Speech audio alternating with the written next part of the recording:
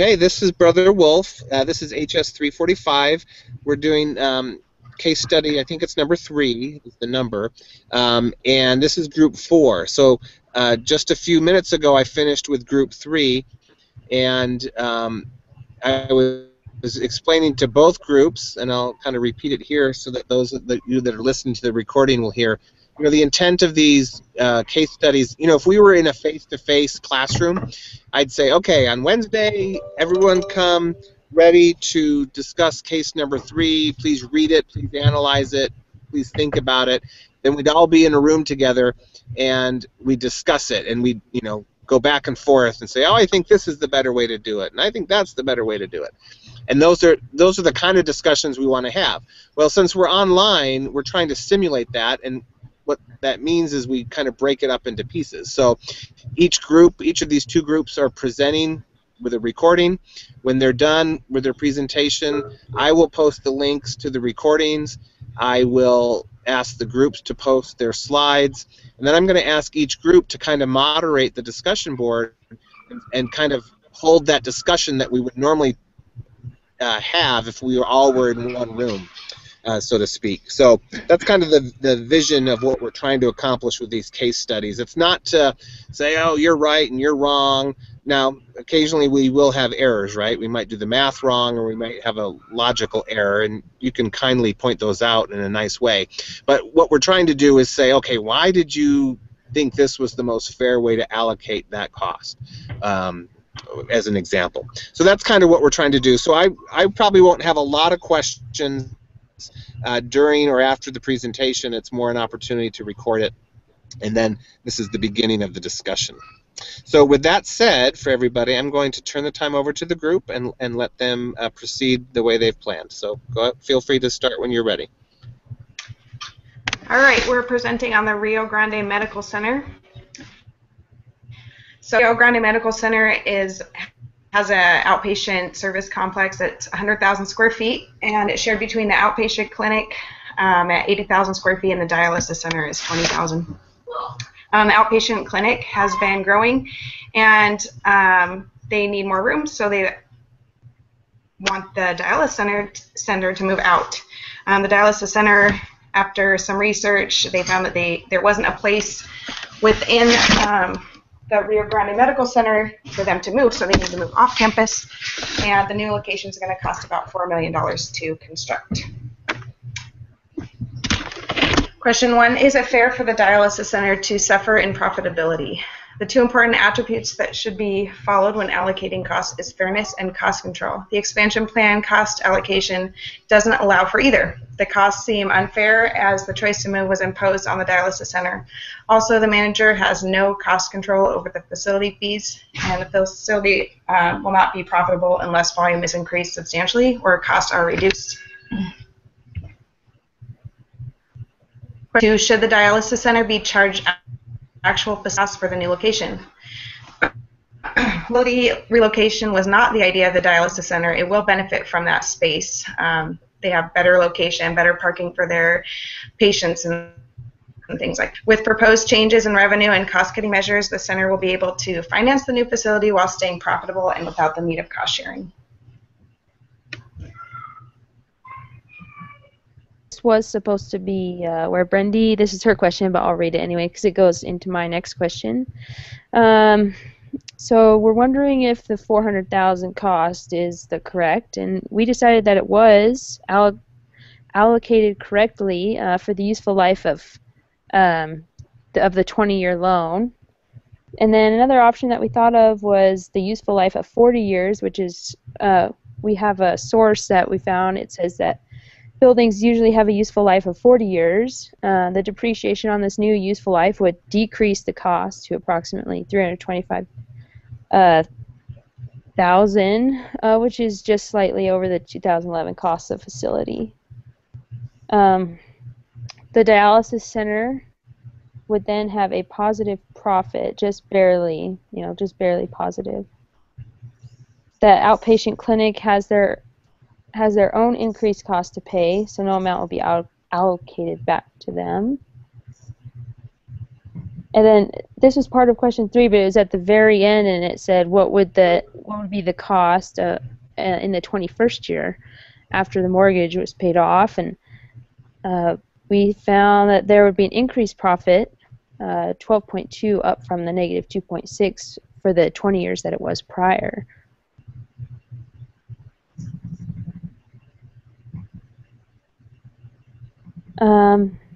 This is question, I believe, number 4 from our paper, but we put it as question 5.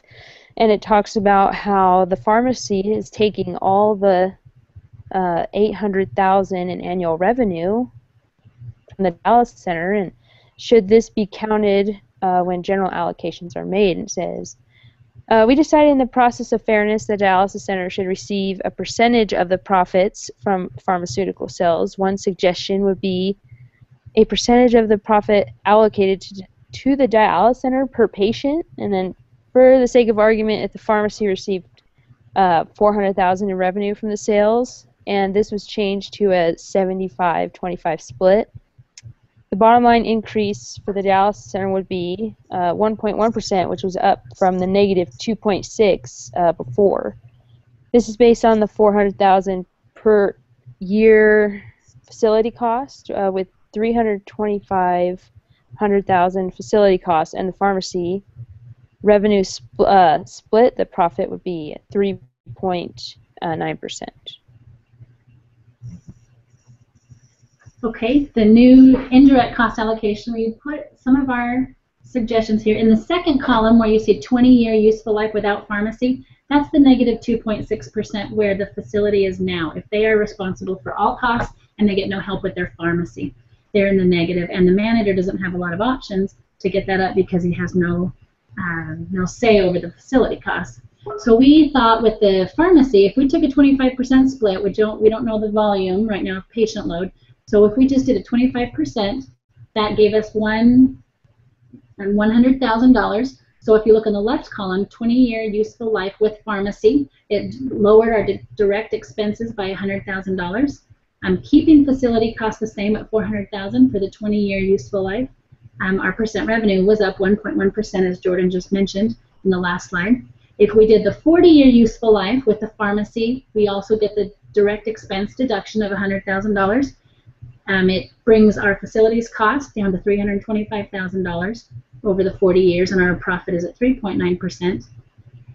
And then on the next slide, we decided, what if the CEO does want to see a shared allocation between the outpatient clinics? So we went ahead and said, okay, well, let's share. In the middle column, it says 20-year useful life without the pharmacy. So this is with no money coming from the pharmacy. We figured out through the total overhead, the square footage, about $15.85 for the dialysis center and $15.83 for the outpatient clinic. It would bring our profit up to 0.5%, and that's with no pharmacy funds.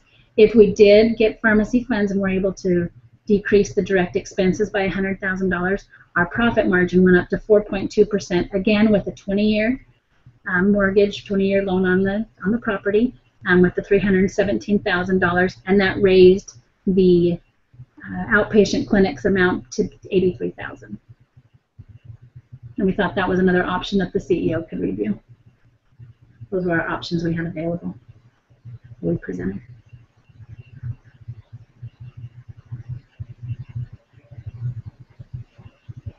Okay, I'm sorry, is that your last slide then? That is our last slide. Very Those good. are our 3 options. Very nicely done. One thing I'm going to have you, I'd like you to follow up on kind of in the discussion board is you guys did a 75-25 split. The other group did a different split. So I think it would be really interesting if you guys had a conversation and then also involved class members who weren't necessarily presenting this week, but they're still responsible for having read and analyzed the case. Maybe discuss why a split was decided one way versus another. So that would be one thing that I'd want you to do. And then also just kind of compare the numbers a little bit, see if they're coming up with similar numbers that you guys did. But I appreciate how clear your presentation is. It's very thoughtful, you know, simplicity is elegance. So if you can, you know, these can be very complex issues, right? But being able to present them in a clear, succinct way like this is very powerful. So I appreciate the way you've done this, and again, I don't want to, you know, be asking too many questions here. I'd like to kind of have this now lead into our discussion, and like I said, focus on at least those two things. You can do others as well, but make sure you discuss that split, and then just the numbers in general. Sounds great. Yeah. Excellent job. Any thoughts or questions from your group before I let you go? I think Good we're job, good. group. Okay, it would be interesting to I know, see it how might much. be like, Sorry. go ahead. It would be interesting to see how much patient load there were, so we could do exact data. It'd be kind of exciting to see Yeah, what we could come up with.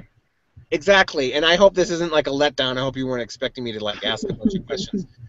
But I really wanted to springboard because I don't want to steal your thunder, and I think these questions and that comment right there would be a great one to bring up in the discussion board to say, hey, you know, wouldn't it be neat if we had this and we can look at this and this. And I actually, in the other discussion, the other group, I was talking about that. Is, you know, these discussions are artificial, right? They're cases. The case studies are somewhat artificial. You can only get so much from a few pages of a narrative. If we were doing this in real life, you know, you would have the advantage of knowing the culture of the hospital and knowing the culture and the environment, and you'd have a lot of these things that are hard to put down on paper in a case study description that you would be able to play with a little bit more, so to speak, in a real discussion. So, but we're doing the best we've got with what we can create. So, excellent work. Thank you. Good job, Dale. Okay, Yeah, good I job. will let you go. Thank you. Thanks. Thank you, Have a good brother. night. Bye-bye. Bye.